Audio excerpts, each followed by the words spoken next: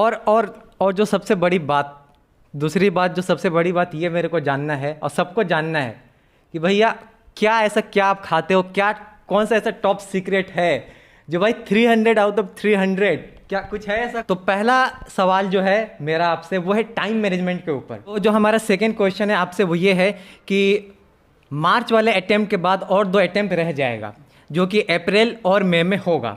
तो जो स्टूडेंट्स उस समय एग्ज़ाम देंगे उनको आप क्या कहना चाहोगे, उन्हें क्या स्ट्रेटेजी बनानी चाहिए? जो स्टूडेंट्स अभी आते हैं कोटा सपने लेके कि भाई वो अच्छा स्कोर करेंगे, ठीक है, ऑब्वियसली आपने भी एक टाइम जरूर सोचा होगा कि मैं जाऊं वहाँ पे और अच्छे से तैयारी करूं। तो स्टूडेंट्स अगर यहाँ पे आते हैं और मेहनत करते हैं तो जो सपना लेकर वो आ रहे हैं पूरा हो पाएगा या नहीं हो पाएगा उनका, आपको क्या लगता है? जो स्टूडेंट्स अभी कोटा आना चाहते हैं उनको आप अपने एक्सपीरियंस के हिसाब से बताओ कि कोटा कितना सही है पढ़ाई के लिए। सो हेलो एवरीवन, कैसे हो आप सभी? तो आज मैं हूँ जेई मेंस फेब अटेम्प्ट के टॉपर सिद्धांत मुखर्जी के साथ, जिन्होंने 100 परसेंटाइल लेके आया है और 300 आउट ऑफ 300 यानी कि भैया फुल मार्क्स ये लेके आ गए। तो सबसे पहले कॉन्ग्रेचुलेशंस आपको, थैंक यू वेरी मच। और जो सबसे बड़ी बात, दूसरी बात, जो सबसे बड़ी बात ये मेरे को जानना है और सबको जानना है कि भैया क्या आप खाते हो, कौन सा ऐसा टॉप सीक्रेट है जो भाई 300 आउट ऑफ 300, क्या कुछ है ऐसा? ऐसा कुछ तो नहीं है एक्चुअली, मुझे भी नहीं पता कैसे आ गए। टेस्ट में भी ऐसा नहीं था कि रेगुलरली 300 में 300 आते हैं, तो वो एक्चुअली थोड़ा सा वो मैं कहूँगा लक का फैक्टर रहता है थोड़ा सा। और वो अगर साथ दे दे, जैसे मैं कहूँगा कि भगवान की दुआएं, मतलब पेरेंट्स की दुआएं और भगवान का आशीर्वाद, वो बहुत ज़रूरी रहता है कि आप लास्ट 2 गलती ना करें। तो मैं सबको धन्यवाद करना चाहूँगा कि उन्होंने मेरा साथ दिया, जिससे मेरे 300 में से 300 मार्क्स हैं। अच्छा, तो सिद्धांत, जैसा कि अभी जेई मेंस का जो नेक्स्ट अटेम्प्ट है मार्च वाला, वो 16 से 18 3 दिन होने वाला है। तो इसके रिगार्डिंग मेरे को कुछ सवाल पूछना है आपसे, ताकि जो बच्चे अभी एग्जाम देंगे, ठीक है, जो पेपर देंगे, जो स्टूडेंट्स, तो उनका डाउट्स वगैरह क्लियर हो, और उसके बाद कभी जो 2 अटेम्प्ट बचेगा उनका भी पहले से ही भाई डाउट वगैरह क्लियर रहेगा ये वीडियो के थ्रू। तो पहला सवाल जो है मेरा आपसे वो है टाइम मैनेजमेंट के ऊपर, ठीक है। तो पहला सवाल ये है मेरा कि जब स्टूडेंट्स जेई का पेपर एग्जाम हॉल में देने बैठेंगे तो फिजिक्स, केमिस्ट्री और मैथमेटिक्स 3 सेक्शन रहता है, तो उन्हें कौन सा सेक्शन पहले अटेम्प्ट करना चाहिए और उन्हें किन किन बातों का ख्याल रखना चाहिए ताकि टाइम से पेपर कंप्लीट हो? सबसे इम्पॉर्टेंट है कि आप पहला जो पेपर लें उसमें आपका काफ़ी कॉन्फिडेंस रहे, और ऐसा पेपर ले जिसमें आपको ऐसा लगे कि एक फ़्लो बन जाए। जैसे नॉर्मली मैं तो केमिस्ट्री शुरू करता था, बट मेरा जो पेपर था उसमें थोड़ा सा केमिस्ट्री मतलब थोड़ा ऑफ बीट टाइप का था। तो मुझे पता चला कि हाँ, इसमें कुछ फ़्लो नहीं बन रहा है, थोड़ा सा मतलब कॉन्फिडेंस लो है। तो मैं फिज़िक्स के पेपर में चला गया और फिर उसमें अच्छा एक फ़्लो बन गया और जल्दी कंप्लीट हो गया। तो उससे एक कॉन्फिडेंस बूस्ट होता है, and that is very important. ऐसा नहीं हो कि आप मैंने जैसे अब बताया कि आप केमिस्ट्री पे ना जाए, अगर आपका कोई और स्ट्रेंथ है तो उस पे जाए, और अगर आपने उसमें कॉन्फिडेंस बढ़ा लिया तो आप दूसरे सब्जेक्ट में जिसमें आप कॉन्फिडेंट नहीं है वो भी आप ठीक से कर पाएंगे। और ये सेकंड रहेगा कि टाइम मैनेजमेंट में यूजुअली केमिस्ट्री को थोड़ा सा कम टाइम देना चाहिए, जितना उसको अलॉट करना चाहिए वो usually 30 to 40 minutes usually sufficient रहते हैं। मैंने देखा है कि मेरा पेपर भी उसी टाइम ड्यूरेशन में हो जाता था। अब फिज़िक्स में देखेंगे तो फिज़िक्स में वेरी करता है। मेरा जो जेईई मेंस का पेपर था उसमें मुझे 30 मिनट लगे थे करने में, क्योंकि बहुत स्ट्रेट फॉरवर्ड आया था मेरे ओपिनियन में, और वो नॉन सिचुएशंस में था।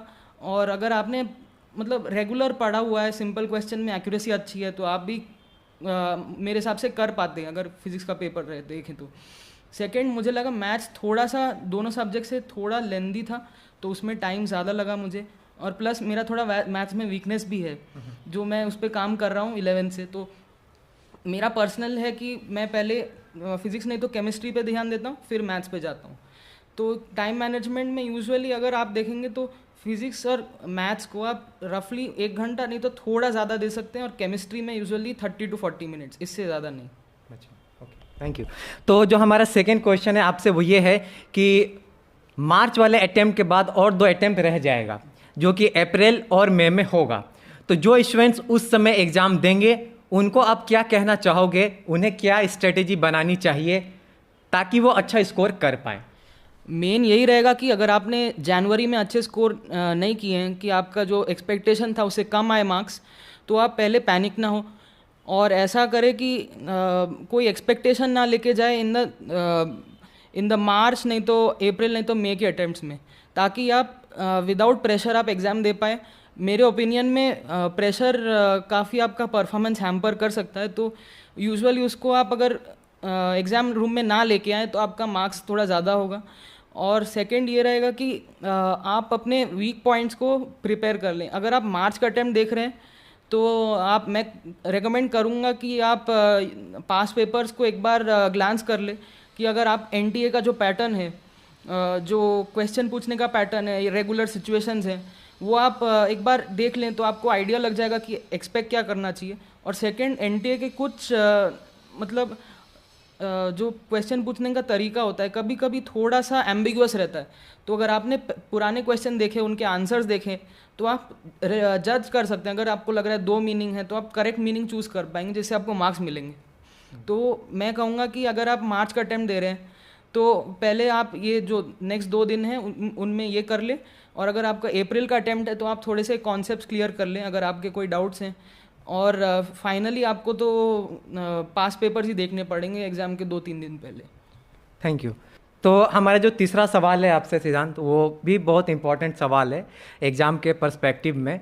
कुछ स्टूडेंट्स होते हैं जो कम परसेंटाइल आने के वजह से या एग्ज़ाम बुरा जाने के वजह से थोड़ा डीमोटिवेट हो जाते हैं, तो उन स्टूडेंट्स को आप क्या कहना चाहोगे और आपने अपने आप को कैसे मोटिवेटेड रखा? मेरे साथ भी हो चुका है। मैं इंटरनल टेस्ट में कभी कभी कम नंबर भी आते थे, बट मैंने ये देखा है कि यूजुअली उसको उस पर सोचने से कोई बेनिफिट तो होता नहीं है, और नहीं तो उससे नुकसान ही होता है। 11th में मेरा मैथ्स काफ़ी वीक था, तो उसमें मैं काफ़ी परेशान रहता था, बट मैंने स्लोली जब कॉन्फिडेंस बिल्ड किया, तब क्वेश्चन ऐसा नहीं था कि मुझे पहले आते नहीं थे, बट कॉन्फिडेंस के कारण मैं उसको पूरा जोर नहीं लगा पाता था क्वेश्चन में, कि मतलब अगर लास्ट स्टेप में पहुंच गया फिर उसको कंप्लीट करना, उसके लिए कॉन्फिडेंस चाहिए रहता है। तो मेन यही रहेगा कि कॉन्फिडेंस हाई रखें। और मैं यही कहूँगा कि अगर आपने इस पे ध्यान दिया तो आई एम प्रिटी श्योर आप अपना बेस्ट कर पाएंगे, जो बहुत इंपॉर्टेंट है। हमारा जो नेक्स्ट क्वेश्चन है आपसे सिद्धांत, वो ये है कि आप एलन से कोचिंग ले रहे हैं, तो एलन का स्टडी मटेरियल आपको कितना सफिशिएंट लगता है जेई की तैयारी के लिए, और एनसीईआरटी का क्या इंपॉर्टेंस है जेई के लिए? एनसीईआरटी वगैरह वो सब इंपॉर्टेंट कितना रखता है, वो बताओ जरा आप। एलन का जो मैंने स्टडी मटेरियल देखा है वो जेई मेन के लिए, अगर आपने पढ़ाई की है तो जो एलिमेंट्री लेवल एक्सरसाइज है मॉड्यूल में, वो काफ़ी सफिशिएंट रहते हैं। उससे आपको जो लेवल की पढ़ाई करनी है वो कंप्लीट हो जाएगा। और मोस्ट इम्पॉर्टेंट जो है कि वो एनसीईआरटी आप कंप्लीटली पढ़े, स्पेशली केमिस्ट्री में, क्योंकि मोस्टली जो क्वेश्चन देखा जाता है ऐसा नहीं होता है कि एनसीईआरटी के बाहर जाए, एनसीईआरटी से ही आता है। हो सकता है कहीं से कोई कॉर्नर से आ जाए, जैसे मेरे शिफ्ट में हुआ था। और अगर आपने एनसीईआरटी केमिस्ट्री ठीक से पढ़ा है, जो मैं मतलब बोल रहा हूँ, तो आप मतलब ज़रूर 25 जो क्वेश्चंस है वो आप ठीक से कर पाएंगे। और सेकंड यही रहेगा कि एनसीईआरटी केमिस्ट्री को पढ़ने का एक तरीका होता है। फॉर एग्जांपल आप केमिस्ट्री इन एवरीडे लाइफ देखेंगे तो उसमें जो डायग्राम्स हैं उन पर काफ़ी ध्यान दें। और मैंने जो किया था कि वो डायग्राम में खुद ड्रॉ करता था, उसमें एरर सर्कल करता था और फिर उसको वापस करता था बुक बंद करके। तो इससे क्या होता है, ग्रेजुअली सारे एरर्स हट जाते हैं और आपसे जो मतलब straight forward knowledge based question आते हैं वो गलती नहीं होंगे उसमें। Thank you. तो इसके अलावा और कोई बुक्स है जो आप स्टूडेंट्स को सजेस्ट करना चाहोगे जिससे आपने तैयारी की थी, कोई और बुक्स वगैरह वैसा? मेंस के लिए मैं और कुछ तो सजेस्ट नहीं करना चाहूँगा। अगर आपका एडवांस में भी थोड़ा सा अगर आपका फोकस है तो मैं सजेस्ट करूँगा कि फ़िज़िक्स के लिए आप इरोडॉफ करें। वो एक्चुअली एक फंडामेंटल हो चुका है।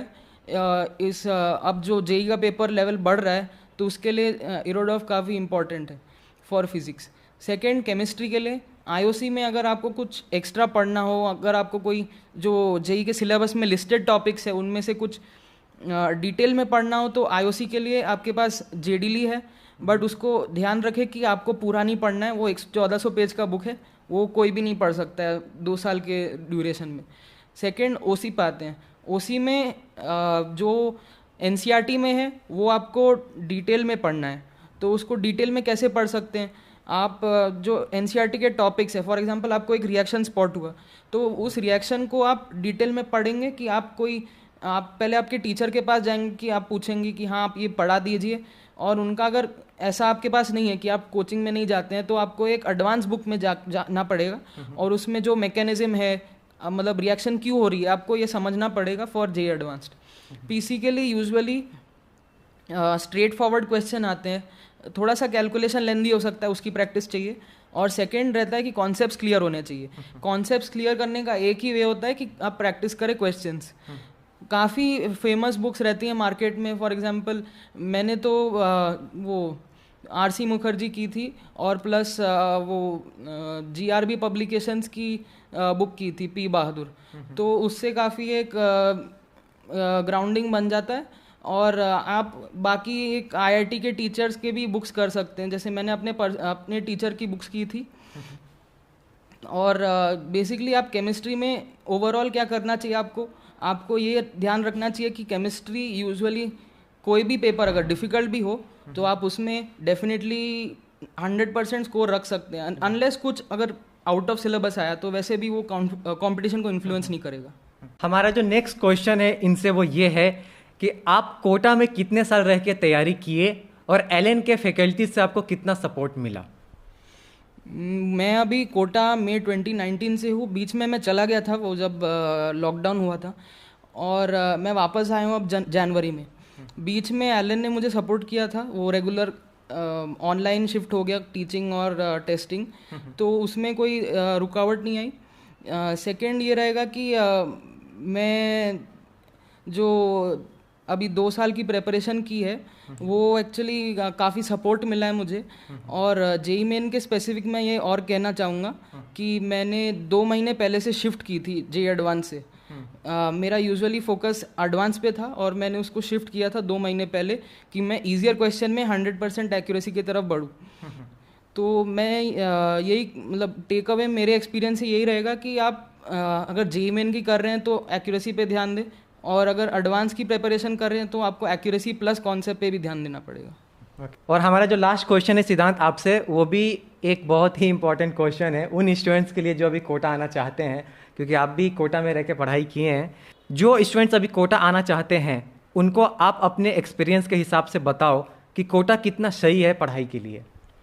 मेरे एक्सपीरियंस में कोटा एक बहुत मतलब कंड्यूसिव जगह है आपकी पढ़ाई के लिए, क्योंकि आप जब कोटा आएंगे आपको एक एटमॉस्फेयर मिलेगा कि सब पढ़ रहे हैं तो हमें भी थोड़ा सा वो मोटिवेशन मिलता है पढ़ने के लिए।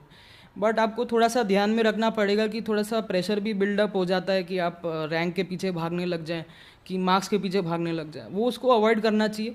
तो आई थिंक आपका कोटा का जो एक्सपीरियंस रहेगा वो काफ़ी फ्रूटफुल रहेगा। और मेरा मेन जो एक्सपीरियंस रहा है कोटा का वो तो प्री लॉकडाउन था। एक्चुअली मैं लॉकडाउन में ये कहना चाहूँगा कि थोड़ा आपका मे भी चेंज हो जाए फॉर्मेट, कि आपको ऑनलाइन में ज़्यादा पढ़ना पड़े। तो मैं तो बता रहा हूँ कि आपको अगर कोटा में पढ़ना भी है तो ऑनलाइन में भी मेरे हिसाब से ज़्यादा डिफरेंस होना नहीं चाहिए। बट मेन यही रहेगा कि प्रेशर ना ले और मैक्सिमम जो आप एक्सट्रैक्ट कर पाएँ कोटा से आप वो एक्सट्रैक्ट कर लें, वही सब आपके लिए सबसे इम्पोर्टेंट रहेगा। अच्छा, जो स्टूडेंट्स अभी आते हैं कोटा सपने लेके कि भाई वो अच्छा स्कोर करेंगे, ठीक है, ऑब्वियसली आपने भी एक टाइम जरूर सोचा होगा कि मैं जाऊँ वहाँ पे और अच्छे से तैयारी करूँ। तो स्टूडेंट्स अगर यहाँ पे आते हैं और मेहनत करते हैं तो जो सपना लेकर वो आ रहे हैं पूरा हो पाएगा या नहीं हो पाएगा उनका, आपको क्या लगता है? मेरे हिसाब से प्रेपरेशन के टाइम ये नहीं सोचना चाहिए कि होगा कि नहीं होगा, उससे एक्चुअली थोड़ा सा, जैसे मैंने कहा, थोड़ा सा प्रेशर बढ़ सकता है। और अगर आप गोल के साथ आ भी रहे हैं तो उसको आप गाइडिंग लाइट के तरह से यूज़ करें कि आप कोई कहाँ भटक ना जाए। आपका जो फोकस है उस पर आप मतलब कायम रहे। और अगर आपका कोई प्रॉब्लम भी आए तो उसको आप एक स्ट्रेंथ की तरह लें कि हाँ मुझे करना है, तो उसमें आपका डिटर्मिनेशन बनेगा और आपसे जो मे बी नहीं हो रहा है अभी आप उसको ओवरकम कर पाएंगे। Okay, thank you. तो थैंक्स अलॉट सिद्धांत, इससे हज़ारों स्टूडेंट्स का जो डाउट है वो क्लियर हो जाएगा, बहुत सारे स्टूडेंट्स को इससे हेल्प मिलने वाला है। और मेरे तरफ से पहले से ही एडवांस में आपको ऑल द बेस्ट कि भाई आप एडवांस में जेईई एडवांस में अच्छा रैंक लेके आएँ। तो बस दोस्तों, आज की इस वीडियो में इतना ही। होप कि इससे काफ़ी जानकारी मिली होगी। तो मैं कोटा और कोचिंग से रिलेटेड वीडियोस बनाते रहता हूँ। आप उन वीडियोस के लिए आज भैया टॉपर ही बोलेंगे भाई कि चैनल को सब्सक्राइब कर ले मेरे उन वीडियोस के लिए। हाँ, आप ज़रूर चैनल को सब्सक्राइब करें और वीडियो को लाइक करें। तो बस भैया, thanks for watching, have a nice day ahead.